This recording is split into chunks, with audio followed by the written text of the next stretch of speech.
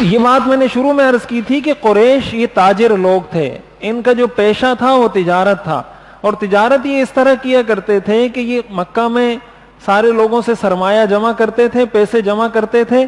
اور پھر اس سے کوئی چیز جاتے تھے، شام کا سفر کرتے تھے یا پھر آتے تھے تو نیچے یمن کا، مکہ مکرمہ سے شمال کی جانب اوپر کی جانب جب جاتے ہیں تو شام آتا ہے، اور مکہ سے جب جنوب کی جانب نیچے کی جانب آپ جائیں گے تو یمن آتا ہے۔ قرآن کریم نے اس کا تذکرہ کیا ہے، لِإِيلَافِ قُرَيْشٍ إِيلَافِهِمْ رِحْلَةَ الشِّتَاءِ وَالصَّيْفِ، کہ قریش دو سفر کیا کرتے تھے، رحلۃ الشتاء، ایک سردی کا سفر ہوتا تھا، ایک گرمی کا سفر ہوتا تھا۔ چونکہ شام ٹھنڈا علاقہ ہے، جب گرمی کا موسم ہوتا تھا تو یہ شام کا سفر کرتے تھے، اور یمن گرم علاقہ ہے، جب سردی کا موسم ہوتا تھا تو یہ یمن کی جانب سفر کرتے تھے، اس لیے کہ یمن گرم علاقہ ہے۔ اسی حضور علیہ الصلوۃ والسلام کی عمر 12 سال تھی کہ یہ قریش کا یہ قافلہ شام جانے کے لیے تیار ہوا، تو حضور کے جو چچا ہیں ابو طالب، یہ بھی شام جانے کے لیے انہوں نے تیاری کی، اور حضور علیہ الصلوۃ والسلام کو بتایا کہ میں شام جا رہا ہوں، اور ظاہر ہے کہ یہ سفر 3 سے 4 مہینے کا ہوتا تھا، لمبا سفر ہوتا تھا، 4 مہینے تو کم از کم لگتے تھے ایک سفر میں۔ تو حضور علیہ الصلوۃ والسلام، روایات میں آتا ہے کہ جب حضور کو پتہ چلا کہ یہ مجھے چھوڑ کے جا رہے ہیں تو حضور علیہ الصلوۃ والسلام رونے لگے، اور آپ کے چہرے پر ایسے غم کے آثار ظاہر ہوئے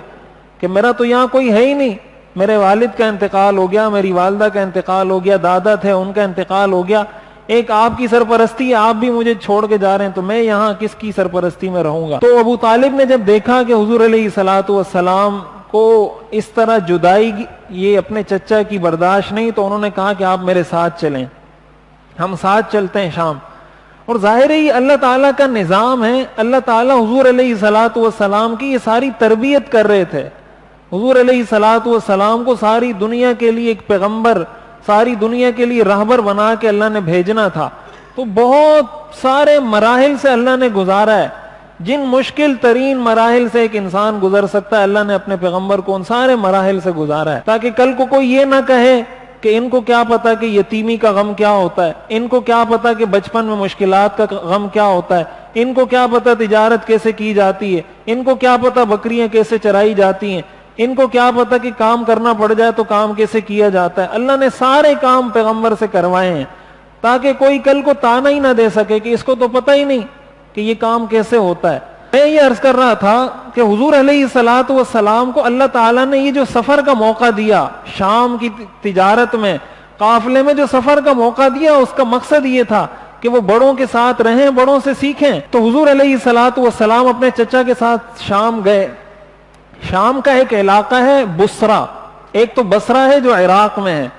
وہ اس کے آخر میں گولتا آتی ہے، بصرہ، کوفہ اور بصرہ،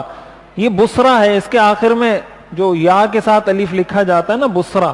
یہ شام کا ایک علاقہ ہے۔ جب یہ قافلہ وہاں پر پہنچا تو وہاں پر ایک عیسائی، ایک راہب تھا، عیسائیوں کا ایک بہت بڑا عالم تھا، اور ظاہر ہے کہ اس وقت عیسائیت ہی حق مذہب وہی تھا، حضور علیہ الصلوۃ والسلام کو تو نبوت ملی نہیں تھی، وہی حق مذہب تھا۔ تو حضور علیہ الصلوۃ والسلام کا اور یہ پورا قافلہ وہاں پہنچا۔ تو سیرت کی کتابوں میں لکھا ہے کہ ویسے وہ قافلہ وہاں سے گزرتا رہتا تھا، قریش تو ہر سال ہی جاتے تھے، تو وہ قافلہ جاتا رہتا تھا، آتا رہتا تھا، کبھی اس راہب نے اپنی عبادت گاہ سے نکل کر ان سے ملاقات ہی نہیں کی تھی، بس وہ اپنی عبادت گاہ میں عبادت میں لگا رہتا تھا، کبھی ان سے ملا ہی نہیں تھا وہ۔ لیکن اس دفعہ جب قافلہ گیا، جس قافلے میں حضور تھے، تو وہ باقاعدہ اس قافلے کے استقبال کے لیے نکلا، اور استقبال کے لیے اس لیے نکلا کہ اس نے تورات اور انجیل ساری پڑھی ہوئی تھی، ان کو پتا تھا، انہوں نے یہ ساری چیزیں پڑھی ہوئی تھی کہ وہ پیغمبر جو آخری ہے جب مبعوث ہوگا تو 12 سال کی عمر میں وہ شام کا سفر کرے گا۔ ان کو انتظار تھا کہ اب وہ نبی جو 12 سال کی عمر اس کی ہو گئی ہوگی وہ آئے گا۔ تو جب یہ قافلہ آیا تو وہ باہر استقبال کے لیے نکلا، اس کا نام لکھا ہے بحیرہ، بعض کتابوں میں بحیرہ لکھا ہے، لیکن صحیح ہے کہ اس کا نام بحیرہ تھا، لقب تھا اس کا بحیرہ، اصل نام اس کا جرجیس تھا، لقب اس کا تھا بحیرہ۔ تو اس نے اس قافلے کا باقاعدہ استقبال کیا، اور وہ جس طرح انسان بہت سارے مجمع میں کسی کو تلاش کر رہا ہوتا ہے نظروں میں، وہ اس طریقے سے تلاش کر رہا تھا. اور پھر اس نے کہا کہ میں تم سب کی دعوت کرنا چاہتا ہوں, پورے قافلے والوں کی میں دعوت کروں گا, تم سب نے کھانا میرے ساتھ کھانا ہے. حضور علیہ الصلوۃ والسلام بچے تھے, حضور علیہ الصلوۃ والسلام کہیں اونٹ وغیرہ چرانے کے لیے نکل گئے تھے, یہ قافلے کے لوگ آرام کر رہے تھے. جب کھانے پہ بیٹھے حضور علیہ الصلوۃ والسلام اس وقت کھانے پر موجود نہیں تھے, تو اس نے کہا کہ میں نے تم سے کہا تھا کہ تمہارے قافلے کا کوئی بھی شخص پیچھے نہیں رہے گا, سب نے یہاں کھانا کھانا ہے. تو انہوں نے فرمایا کہ کہا کہ ہم تو سارے بیٹھے ہیں. انہوں نے کہا نہیں, تم میں سے کوئی ایک شخص کم ہے. انہوں نے تو دعوت ہی اصل حضور علیہ الصلوۃ والسلام کے لیے کی تھی, اور حضور ان کو نظر نہیں آ رہے تھے. تو پھر انہوں نے کہا کہ ہاں میرا ایک بھتیجا ہے, وہ وہاں سواریوں کے ساتھ بیٹھا ہوا ہے. تو انہوں نے کہا نہیں, آپ ان کو بھی بلائیں, ان کو بھی یہاں شریک کریں کھانے میں. تو حضور علیہ الصلوۃ والسلام جب آئے تو وہ بحیرہ راہب جو ہے, اس نے حضور علیہ الصلوۃ والسلام سے سوال جواب شروع کیے, مختلف سوالات جو انہوں نے کتابوں میں پڑھے تھے. اور ابو طالب سے پوچھا کہ یہ کون ہے؟ تو انہوں نے کہا یہ میرا بیٹا ہے. تو انہوں نے کہا یہ ہو نہیں سکتا کہ یہ تمہارا بیٹا ہو, اس کے والد زندہ ہو, ایسا نہیں ہو سکتا, اس کے والد کا انتقال ہو گیا ہوگا. تو ابو طالب نے کہا ہاں یہ میرا بھتیجا ہے, بیٹا میں نے اس لیے کہا کہ اس کے والد کا انتقال ہو گیا, تو بھتیجا بھی بیٹا ہوتا ہے. تو ان کے والد کا تو اس وقت انتقال ہو گیا تھا جب یہ اپنی ماں کے پیٹ میں تھے. تو انہوں نے کہا ہاں اب جو بات تم نے کی ہے یہ ٹھیک کی ہے. اور پھر انہوں نے کہا کہ ان کا گزر جہاں جہاں سے ہوا ہے, لم یبق حجر ولا شجر الا خر ساجدا لہ, جہاں جہاں سے ان کا گزر ہوا ہے ہر پتھر نے اور ہر درخت نے ان کو سجدہ کیا ہے. جہاں جہاں سے ان کا گزر ہوتا آ رہا ہے, ہم نے یہ پڑھا تھا کہ یہ جہاں جہاں سے گزریں گے ان کو ہر درخت اور ہر پتھر سجدہ کرے گا. اور پھر یہ بھی لکھا ہے روایات میں کہ سارے لوگ چونکہ پہلے سے آ کے بیٹھے ہوئے تھے, حضور کی عمر تو کم تھی, بچے تھے, تو سارے لوگ درختوں کے نیچے سایہ لے کر بیٹھے ہوئے تھے. حضور علیہ الصلوۃ والسلام آئے تو آپ دھوپ والی جگہ میں بیٹھ گئے. تو جیسے آپ دھوپ والی جگہ میں بیٹھے تو وہ درخت کی ٹہنی باقاعدہ جھک کر حضور علیہ الصلوۃ والسلام پر سایہ کرنے لگی. اور پھر اس کے بعد یہ بحیرہ راہب نے حضور علیہ الصلوۃ والسلام کی جو ختم نبوت کی مہر تھی, آپ کے دو کندھوں کے درمیان ختم نبوت کی مہر تھی, جو آپ کے خاتم النبیین ہونے کی علامت تھی,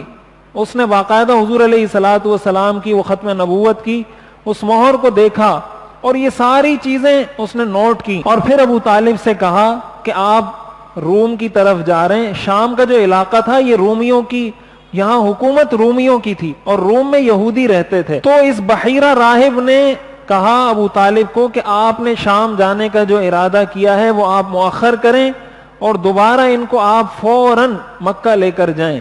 اس لیے کہ جس طرح یہ کتابوں میں نے پڑھا ہے, یہ یہودیوں نے بھی پڑھا ہے کہ وہ نبی 12 سال کی عمر میں شام کا سفر کرے گا. اگر تم اس کو وہاں لے کر گئے تو وہ یہودی ان کو قتل کر دیں گے, اس لیے آپ ان کو فوراً دوبارہ مکہ لے کر جائیں. اور یہ بھی روایات میں آتا ہے کہ ان کی یہ باتیں ہو رہی تھی کہ وہاں شام سے روم کی جانب سے 7 لوگوں کا ایک قافلہ آیا یہودیوں کا,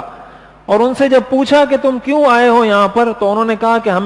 ہم نے یہ پڑھا ہے کہ وہ پیغمبر جو آخری نبی ہوگا وہ 12 سال کی عمر میں سفر کرے گا, ہم اس کی تلاش میں نکلے ہیں کہ وہ کہاں پر ہے. تو اس پر ابو طالب جو حضور کے چچا تھے, انہوں نے حضور علیہ الصلوۃ والسلام کو لیا اور دوبارہ وہ مکہ مکرمہ تشریف لے آئے. اور یہ بھی کتابوں میں لکھا ہے کہ بحیرہ راہب نے ان 7 لوگوں سے کہا کہ کیا تم اس چیز کو روک سکتے ہو جس کے کرنے کا فیصلہ اللہ نے کر لیا ہے؟ اللہ نے یہ فیصلہ کر لیا ہے کہ میں نے اس کو پیغمبر بنانا ہے, کیا تم اس فیصلے کو روک سکتے ہو؟ تو وہ جو 7 لوگ آئے تھے وہ پھر اسی بحیرہ راہب کے ساتھ رہے, اور وہ دوبارہ شام کی طرف, روم کی طرف گئے ہی نہیں. تو اس طریقے سے حضور علیہ الصلوۃ والسلام کا یہ پہلا سفر تھا جو آپ نے شام کی سرزمین کا کیا تھا.